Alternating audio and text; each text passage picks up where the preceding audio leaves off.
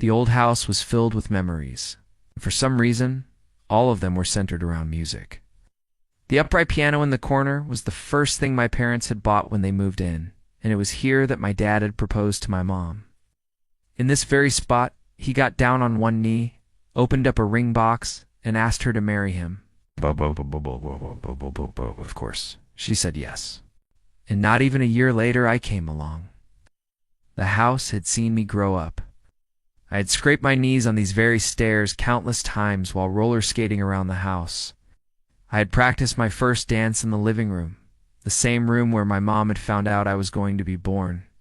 This house had witnessed every important moment of my life, which is why it felt so right to hold my wedding reception here after marrying the love of my life, James.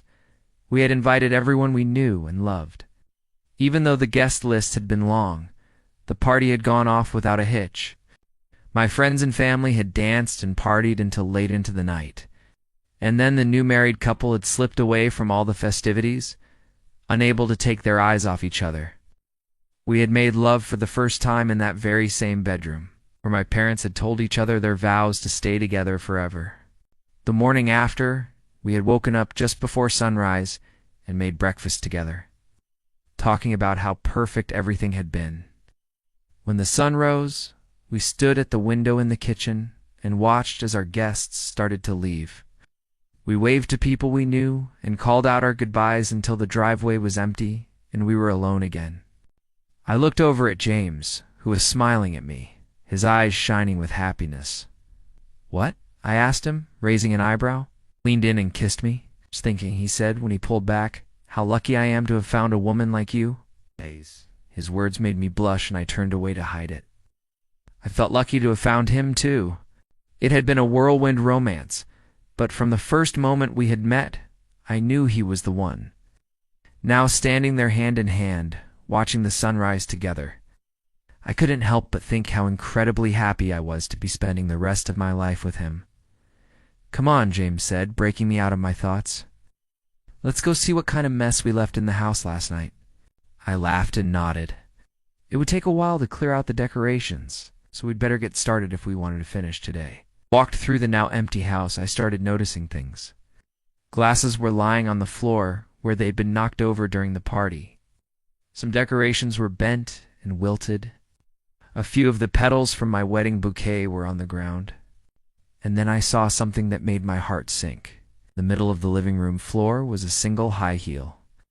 I knelt down to pick it up and turned it over in my hands. It was one of mine.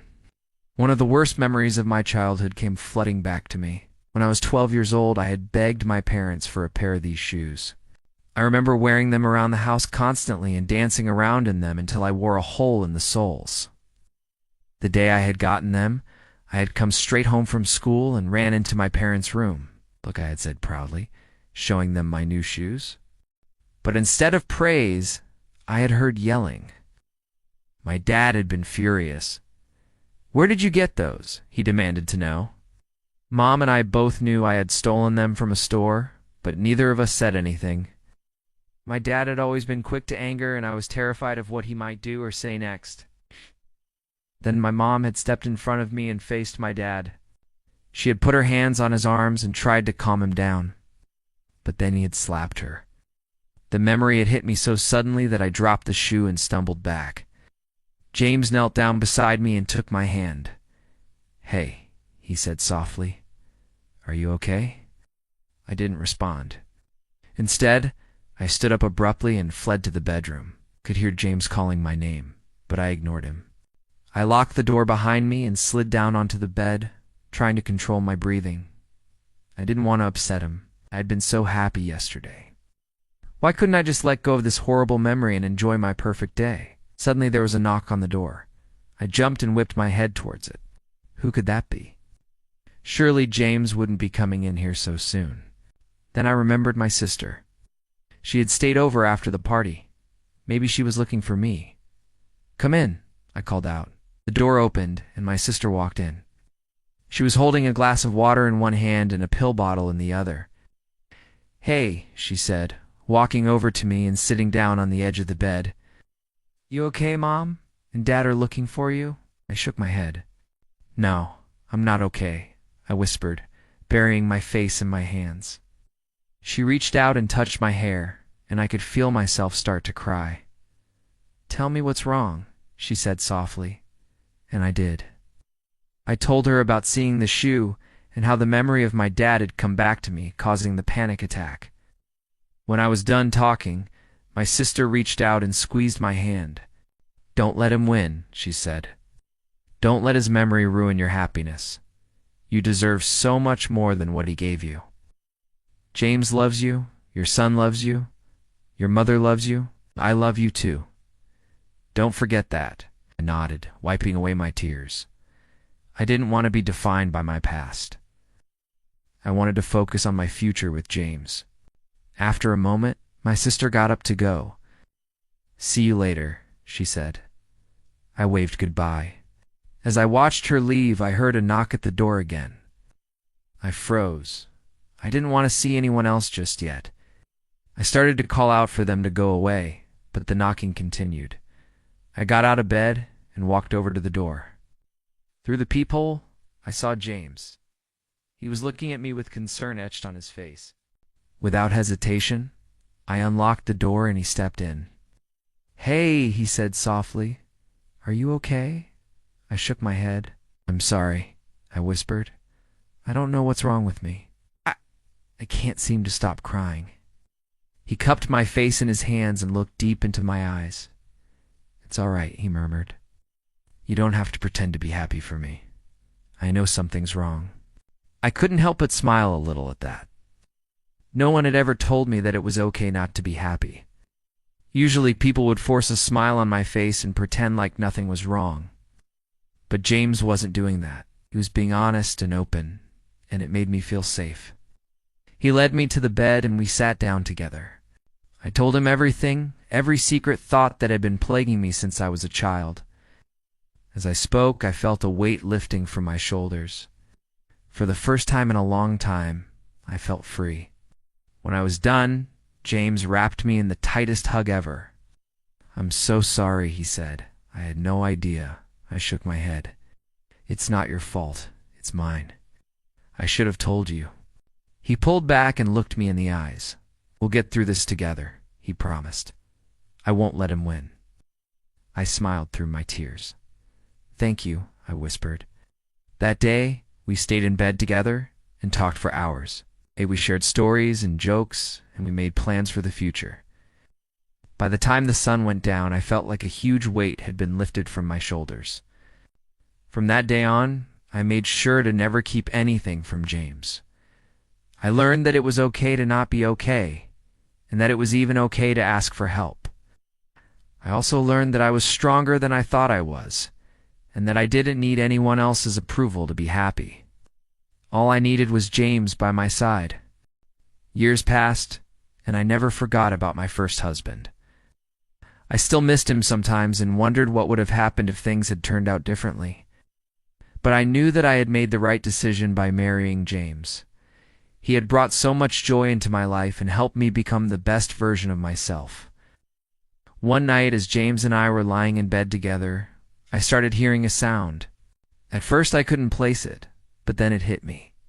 It was a voice, beautiful, haunting voice that seemed to be coming from the closet. I froze and stared at James. Did you hear that? I whispered. He nodded slowly. What was that? I asked. James shrugged. I don't know, he said.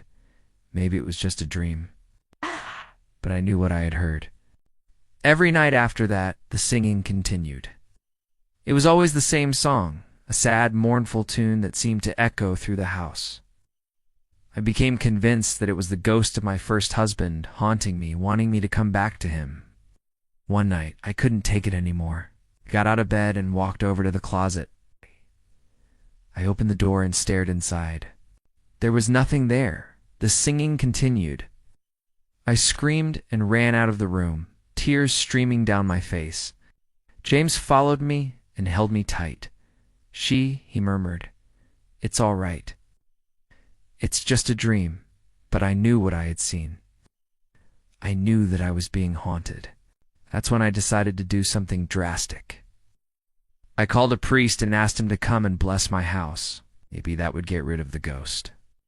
On the day of the blessing, the priest came and walked through the house, sprinkling holy water everywhere. He prayed over me and James and promised that we were protected.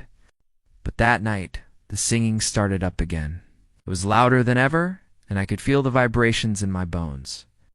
I was so scared that I didn't sleep for days. I couldn't take it anymore. I needed the ghost to stop. Finally, I went to the closet and reached inside. There was a cold spot there, and I could feel the presence of the ghost. I closed my eyes and reached out my hand. "Please," I whispered, "please let me go." Suddenly, I felt a cold breeze on my neck, and then I heard a voice. "Why won't you let me love you?" he asked. "Because I'm already in love with someone else," I replied. "You don't understand. I need to move on, but I love you," he cried. "I will never let you go." The ghost screamed, and the entire closet started shaking. Oh, I was terrified, but I stood my ground. "Leave me alone," I shouted, and then the ghost was gone. The singing stopped, and the house was silent. For the first time in weeks, I slept peacefully that night.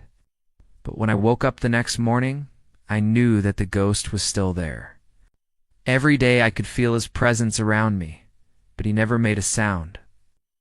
He was still haunting me, but now he was doing it in silence. I tried to ignore him, but it was impossible.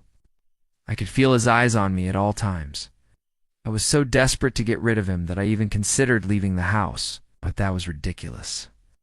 Why should I have to give up my home because of a ghost? That's when I came up with a plan. I decided to find out what the ghost wanted from me. I spent hours researching old family trees and marriage records until I finally found his name. It was Thomas. Thomas was my first husband. Next, I went to the local library and searched through old yearbooks. I wanted to find a picture of him so that I could get a better sense of who he was. But when I found his picture, my breath caught in my throat. It was the man I had married, but that wasn't possible. He had died years ago. Suddenly, I understood. Thomas wasn't a ghost. He was alive. Somewhere out there, I had made a terrible mistake when I agreed to marry James. I should have married Thomas instead. As the realization dawned on me, I could feel the presence of my first husband enveloping me. It was as if he were here with me, reaching out his hand and offering me a chance at a different life. I knew what I had to do. I ended things with James and set out to find Thomas. It took me months, but eventually I found him. He was living in a small town far away from the one where I grew up. And when we saw each other again, it was like no time had passed at all. We fell back into each other's arms, and I knew that I had made the right decision. Now, years later, I can honestly say that I have no regrets. I'm happy with Thomas and our life together. And although I miss my second husband sometimes, I know that I made the right choice. If you would listen to my advice, you wouldn't be suffering anymore.